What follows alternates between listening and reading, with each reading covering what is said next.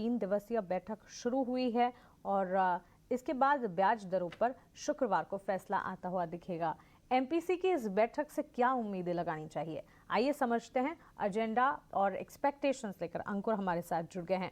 अंकुर, हाय, बताएं, आरबीआई की monetary policy committee की बैठक शुरू तो हुई है, इस बैठक से उम्मीदें क्या लगाई जाए?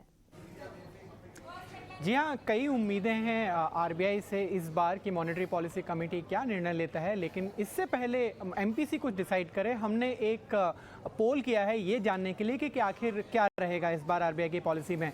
जो सबसे पहला सवाल था हमारा वो था, क्या रेपो रेट में इस बार बदलाव होगा, क्या उसमें बढ़ोतरी होगी। इसमें 100% रेस्पोंडेंट, जैसे आप देख रहे हैं, उन्होंने बोला है कि इस बार ये बढ़ोतरी होनी लगभग तय है।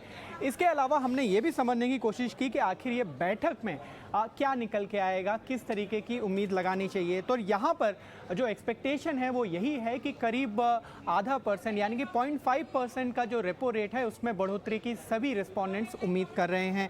साथ ही साथ अगर हम पिछली बार के बढ़ोतरी की बात करें तो और ये मिला के इस बार जो रेपो रेट है वो करीब 5.9% तक पहुँच सकता है।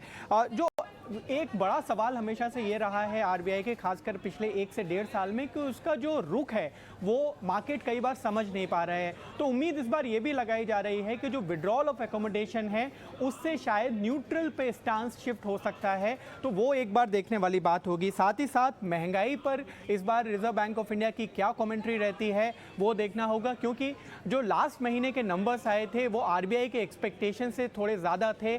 7% पर जो नंबर आए थे वो डेफिनेटली जो 6% का जो टॉलरेंट बैंड है उससे ज़्यादा नंबर इस बार सीपीआई इन्फ्लेशन के रहे। तो देखना क्या ये होगा कि इस बार महंगाई को लेकर क्या वहाँ पर जो फोरकास्ट होता है उसमें फिर से बदलाव होता है या नहीं।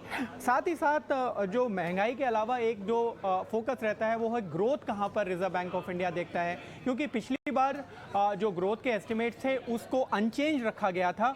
देखना होगा कि क्या इस बार टिंकरिंग होगी, क्योंकि अगेन जो फिगर्स आए थे वो जो आरबीआई के एक्सपेक्टेशन से काफ़ी कम थे। साथ ही साथ रुपए और ग्लोबल इकोनॉमी पे बहुत सारा डेवलपमेंट हुआ है पिछली पॉलिसी से इस पॉलिसी को लेके। रुपया लगातार कमज़ोर हुआ है, तो वहाँ पर आरबीआई क्या रुख अपनाता है वो भी देखने वाली बात होगी। और सबसे अहम है बैंकों के लिए लिक्विडिटी। जो सरप्लस लिक्विडिटी की बात हो रही है वो पिछली बार 3 लाख करोड़ के आसपास थी, वो देखना होगा कि कितना एक्चुअली बैलेंस है और लिक्विडिटी को जो मेंटेन करने के लिए आरबीआई किस तरीके के कदम उठाता है। ओके, थैंक्स फॉर दैट अंकुर। यहाँ पर एक्सपेक्टेशंस और जानकारों का मत क्या है? ज़्यादातर या कह सकते हैं मेजॉरिटी ऑफ एक्सपर्ट्स यही मानकर चल रहे हैं कि ब्याज दरों में आधे % की बढ़ोतरी होने की संभावना है। इसके अलावा महंगाई को लेकर कमेंट्री क्या निकल कर आती है, लिक्विडिटी पोजीशंस को लेकर क्या कमेंट्री आती है, इस पर नजर रहेगी। लेकिन सोर्सेज